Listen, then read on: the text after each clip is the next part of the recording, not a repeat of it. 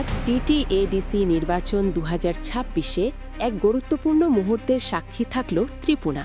Tipra মথার supremo মহারাজা প্রদ্যুৎ কিশোর দেববর্মা নিজেই সাধারণ ভোটারের মতো লাইনে দাঁড়িয়ে ভোটাধিকার প্রয়োগ করলেন।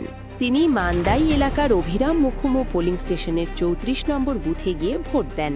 কোনো ভিআইপি সুবিধা না নিয়ে সাধারণ মানুষের সঙ্গে লাইনে দাঁড়িয়ে ভোট দেওয়ার এই ছবি ইতিমধ্যেই নজর কেড়েছে সবার। ভোট দেওয়ার পর তিনি বলেন, গণতন্ত্রকে শক্তিশালী করতে প্রত্যেক নাগরিকের অংশগ্রহণ অত্যন্ত গুরুত্বপূর্ণ। তিনি সকল ভোটারদের শান্তিপূর্ণভাবে ভোট দেওয়ার আহ্বান জানান।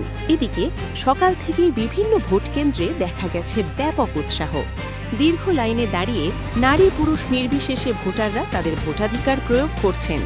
এই উৎসাহই প্রমাণ করছে গণতন্ত্রের প্রতি মানুষের আস্থা এখনও অটুট। I think people of Tripura are very intelligent. They know what is right, what is wrong for them. And how is the overall situation as of now? Let's see, I'm getting reports from everywhere. I'll comment about it once I get the entire scenario in hand. Till now it's peaceful? No, in certain places there are certain problems. EVM, certain places, certain people are. So we are getting reports from everywhere.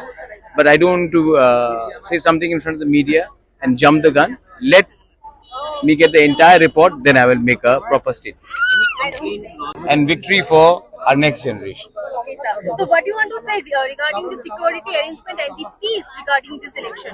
Let the whole election day be over, and then I would like to make a comment on it. Let the entire process. I'm not for someone to celebrate too early and to praise too early or condemn too early.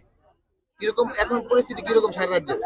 I don't know. You are the journalist. You would know better. আপনি কোনো মানে যেহেতু আপনি আমার যে